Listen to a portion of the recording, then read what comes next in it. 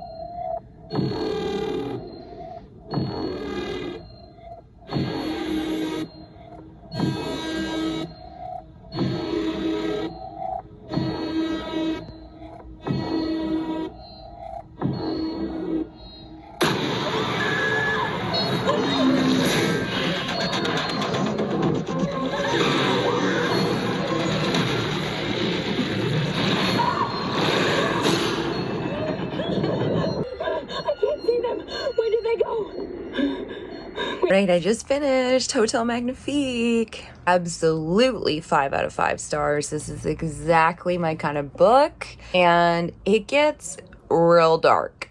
Like, I think that's why I loved it so much, because it is fantasy, and it's all like cute magic, lovely hotel, and then it just gets like real dark. People getting fingers cut off, people getting eyeballs pulled out, and I was like, yeah, that was not what I was expecting, but I welcomed it gladly. So yeah, heads up, this is not a delightful fantasy. I would say the first half is a delightful fantasy. Then we take a really dark turn, and then we get back to a really cute, happy fantasy ending. And I answered the question, this is a standalone fantasy. I would personally welcome another story in this magical hotel world, because I really loved the world building so much. It was so well done. This is her freaking debut novel. Like, I could never, ever. But yeah, done. I think that was book 10, 9. I don't know where I'm at. I think I'm about to start my 11th book, but I'll have to double check. I also don't know what I'm going to read next. So I need to figure that out too. But first, I'm going to finish 47 Meters Down Uncaged, because I love me some sharks. And I know that 47 Meters Down Uncaged is not as good as the original, but it's pretty cool. It's pretty cool. So don't come at me, because I really like it. Blind sharks living in freaking abandoned temple that's been buried underwater for like a bajillion years, and there's just blind sharks swimming around. It's genius. Let's do a reading update. I have started Queen of the Tiles, and I am really liking it so far. The writing is... Yes. Okay. Enjoying the writing a ton. There is a lot of tabbies, and I'm just like 50 pages in. But it's really well written. And basically this is about our main character, Najwa, and she is a Scrabble champion. And her best friend, Trina, was the Scrabble champion. She was the queen of the tiles. But in last year's competition, Trina, shockingly, mysteriously, died in the middle of a Scrabble game, like keeled over and died on the table in front of everyone at the Scrabble tournament. Super traumatic. Najwa is obviously struggling a ton because it's been a year since she saw her best friend die, but everyone around her is like, okay, it's time to move on. It's been a year, you know, let's like progress. And she's just doesn't want to do it and decides to enter the tournament, this year's tournament, and become the Queen of Tiles to keep up the memory of Trina. From my understanding, we're also going to kind of have a little bit of investigating going on. Maybe we're going to learn how Trina actually died, because it's very mysterious. But right now it's like the first day of the tournament, and we're just kind of learning about Najwa and her grief and her anxiety and her coping methods. And I feel very much a kinship with this young woman. We have a lot of the same problems. I am the queen of the anxiety. So a lot of things to relate to here. And then I wanted to share some book mail because Source Books sent me this wonderful arc called The Sacrifice. Check out that cover. Absolutely stunning. Comes out October 4th. Pristine beaches, lush greenery, and perfect weather, the island of Kisapmata would be the vacation destination if not for the curse. The Filipino locals speak of it in hushed voices and refuse to set foot on the island. They know the lives it has claimed. They won't be next. A Hollywood film crew won't be dissuaded. Legend claims a dreamer god sleeps, waiting to grant unimaginable powers in exchange for 8 sacrifices.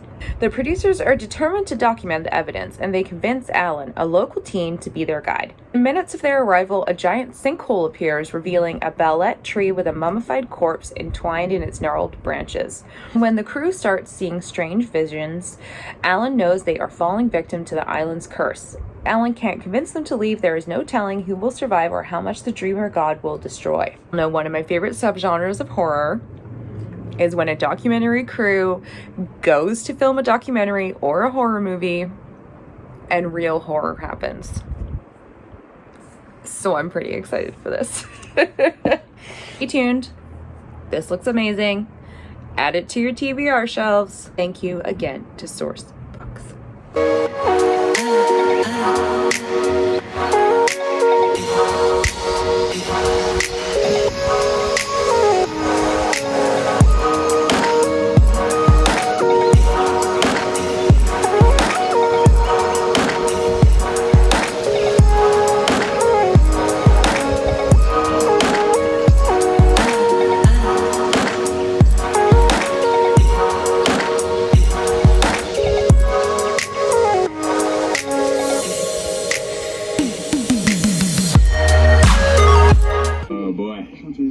Without the bonus, because I'm out of the front. Without the bonus. Oh, that's fine. Yeah, I'm really good at Star. Yeah. Here comes a star. Or a... What's your slide? Do you have a One. 5? Hold. Okay. We're not gonna make it. There's no way. We're not gonna make it. Look at that bird! Why is the guy creep? I hate it so much. So much.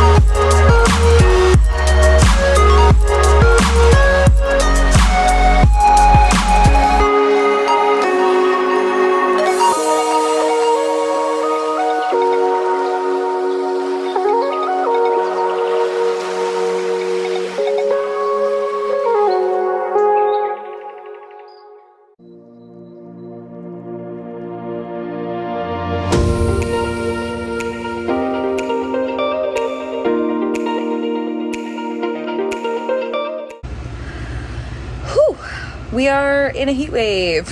It's supposed to be Friday to Sunday. Today is Saturday. But as you would have seen, we finally installed the air conditioner. And you can hear it. And I know that that's probably annoying, but guess what? I don't care because I have an air conditioner. It is so cold. Like this thing is working hard, but it's worth every penny. I literally told Mitch today it is one of the 3 greatest loves of my life. And he said, is he number 1? And I said, I don't know, maybe the air conditioner. But it is that amazing, you guys. Like, it's just, I'm not a heat person. So I'm just gonna live in this bedroom, in this air-conditioned room with the dogs, and it's gonna be the best summer ever. Anyway, I spent most of today playing a really fun D&D session and finishing up Queen of Tiles. 5 out of 5 stars. This was kind of like genre bending in a way because it's a little bit contemporary, it's a little bit mystery, it's a little bit thriller, and it did all of those genres perfectly. I really loved it. Definitely didn't see the twist coming, but literally never see the twist coming. I'm not good at that stuff. Actually, there was a riddle in our D&D game today, and I just went into a full-blown panic. And I was like, no, don't. I'm not going to I cannot solve a riddle to save my life. And it has to save my character's life right now, and I can't do it. Luckily, Jake is a lot smarter than me, and he solved it pretty quick. But anyway, I never figure out the twist, and I can't figure out riddles. So for some people, it might be kind of obvious who was at the center of this mystery, but it didn't affect my reading because I had no clue. Beautiful writing. There's some really great passages on anxiety and on grief and post-traumatic stress, and it was handled really, really well, and I loved every minute of it. Next up, I'm gonna read The House Across the Lake. So this is the new Riley Sager book. It came out last week. No, this week, because it's Saturday. So it came out Tuesday, and I'm pretty freaking excited about it. Luckily, it fits one of the prompts, the one with shadows on the cover, and this is basically just a full cover of shadows. So I'm excited. But this evening, I'm going to do all of the chores that I neglected to do today. So I don't know how much I'll read tonight, but I have no plans tomorrow except for going to pick up some dog food and some Starbucks. But that'll be half an hour of my time, and the rest, hopefully, we'll be reading this guy.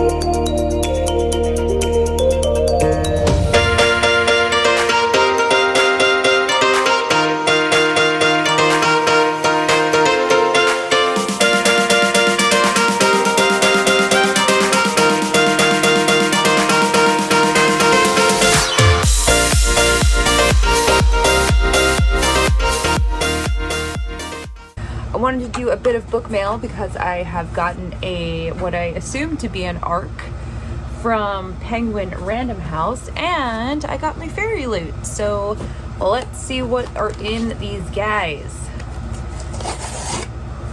Okay, what do we have? What do we have? Ooh, the new Tim Levin book, The Last Storm. This comes out July 5th. Global warming out of control. Large swaths of North America have been struck by famine and drought and are now known as the desert. A young woman sets out across this drought-hostile landscape, gradually building an arcane apparatus she believes will bring rain to the parched earth. A gripping, terrifying road trip across a scorched land from the author of The Silence. This action-packed and thought-provoking eco-nightmare will appeal to fans of Benjamin Percy, Christopher Golden, and Josh Malerman. All right, next up is the fairy loot. Let us see what book it shall be for this month. Okay, so the theme is Hex Appeal, which is adorable. Our fairy loot bag. Let's see, let's see, let's see. I'm so excited. Oh, I see pink. I see yellow. I see black. What do we have here? Oh my God. Holy crap. You guys, I literally bought this book when it came out like 2 weeks ago. Oh my God. Okay, hold on. Okay, so this is the book that I bought. And it's like cute, it's fine. Compared to this, no thank you. We'll be giving that away because this is fucking stunning. And look.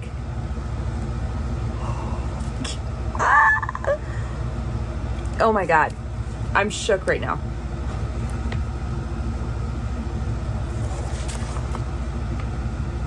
This is above and beyond. Oh my God.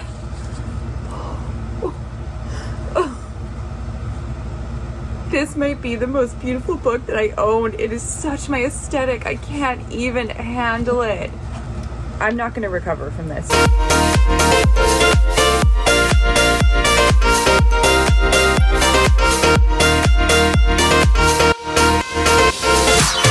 Let's do a reading update because I have done so much reading. Over the past 3 days, I have read 2 books and started a third.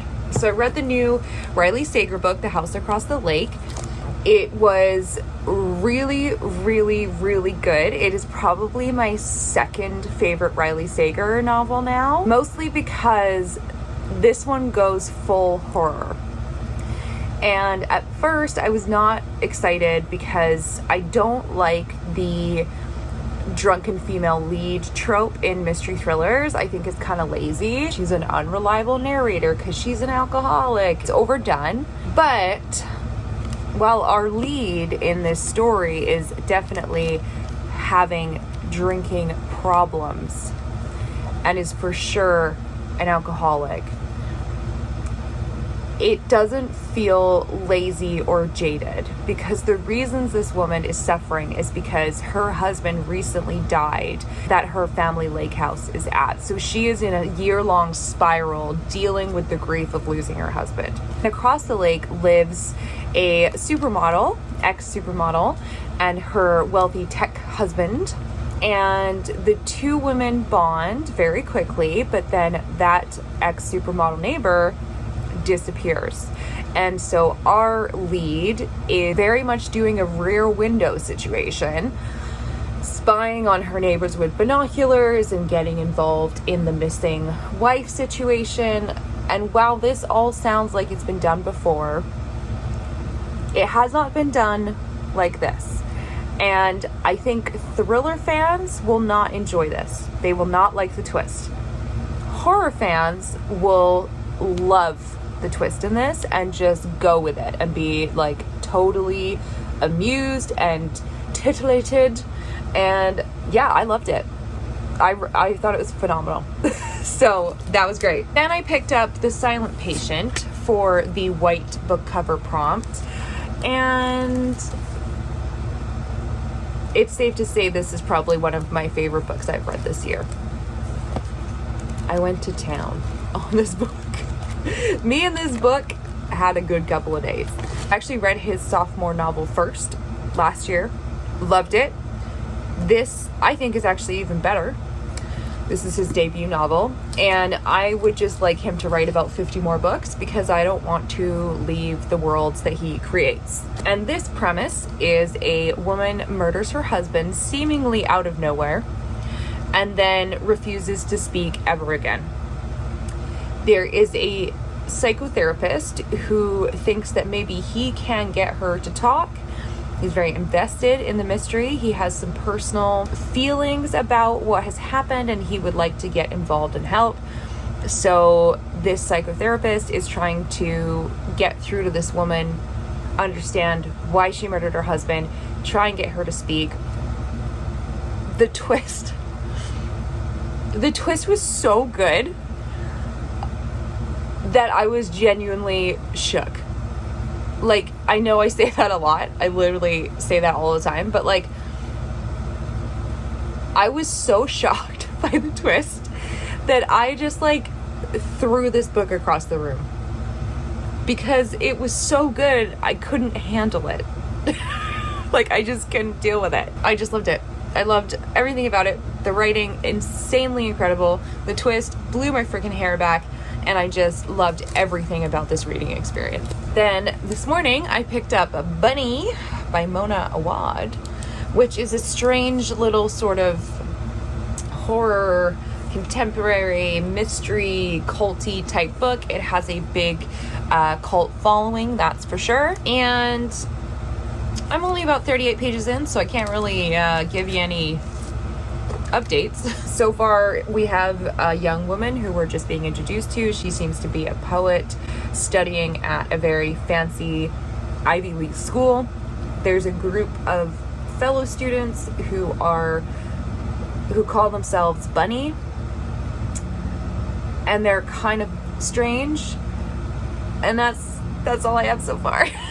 But I really like the writing a lot, and I'm very intrigued by these bunnies. And I've heard nothing but incredible things. So yes, I'm going to focus on reading this over the next 2 days. We'll see if I can get this finished for a short book prompt for Thursday. So fingers crossed, if I can get it done, it could be my last June read.